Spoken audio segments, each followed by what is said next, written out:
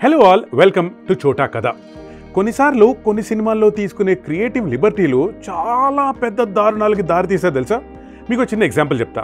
మీరందరూ boys cinema తీసారా? శంకర్ గారు డైరెక్ట్ చేసిన సినిమా బాయ్స్. అదే మాకు ఒక గర్ల్ ఫ్రెండ్ కావాలిరా ఆ పాట ఉంటుంది, కరెక్ట్. ఆ సినిమాలో ఒక సీన్ ఉంటుంది.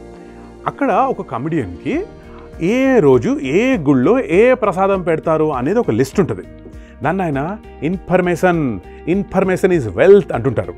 అందులో పలానా రోజు పలానా గుడిలో ప్రసాదం, పలానా రోజు పలానా చర్చిలో ప్రసాదం, అలా పలానా రోజు పలానా మసీద్ దగ్గర ప్రసాదం అన్న డైలాగ్ ఉంటుంది. ఆ డైలాగు మొత్తం షూట్ చేశారు, అంతా అయిపోయింది. ఈ సినిమా బ్యాక్గ్రౌండ్ మ్యూజిక్ చేయడానికి రెహమాన్ గారు స్టూడియోకి వచ్చినప్పుడు రెహమాన్ గారు చూసి, ఏమండి ఈ లైన్కి వచ్చే ఇబ్బందిగా ఉందండి, వద్దండి అన్నాడట. ఎందుకంటే ఆ లైన్లో ఆ ఇన్ఫర్మేషన్ ఈజ్ వెల్త్ అన్న డైలాగ్లో ఏముందంటే, పలాని రోజు పలానా మసీద్ దగ్గర పలానా ఏఆర్ రెహమాన్ గారు అమ్మగారు అందరికీ ఫ్రీగా భోజనాలు పెడతారు అన్న డైలాగ్ ఉంటుందట.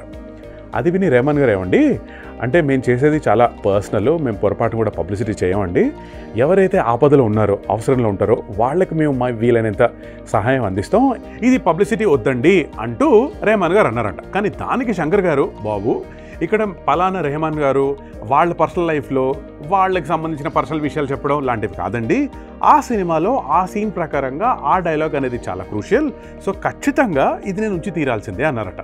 రెహమాన్ గారు నేను కంఫర్టబుల్ కాదు అన్నారట. శంకర్ గారు తప్పదండి ఇది వర్క్లో చేయాల్సిందే అన్నారట.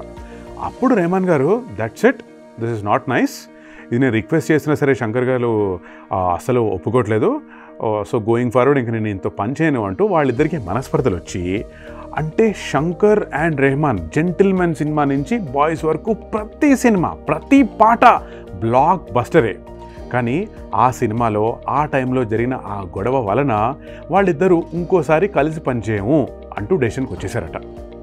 సీరియస్గా శంకర్ గారు, సినిమా కోసం అండి, పర్సనల్గా మిమ్మల్ని నేను ఉద్దేశించి అనలేదంటూ ఆయన. రెహమాన్ గారు, ఎస్ సినిమా కోసమే, అయినా నేను రిక్వెస్ట్ చేస్తున్నాను కాబట్టి పర్సనల్ ఆబ్లిగేషన్ మీద అయినా సరే దాన్ని మ్యూట్ చేయండి కనీసం, అంటే తొలగించకపోయినా కనీసం మ్యూట్ అన్న చేయండి అంటూ ఈయన. ఇద్దరూ తగ్గల. అలా ఒక ఎక్సైటింగ్ కలయిక ఆగిపోయింది. కానీ ఈ ఎక్సైటింగ్ కలయిక మళ్ళీ కలిసింది. దానికి సంబంధించిన కథ చోటా కథగా మరోసారి నేను చెప్తా. అప్పటి వరకు చూస్తుండండి చూడండి న్యూస్.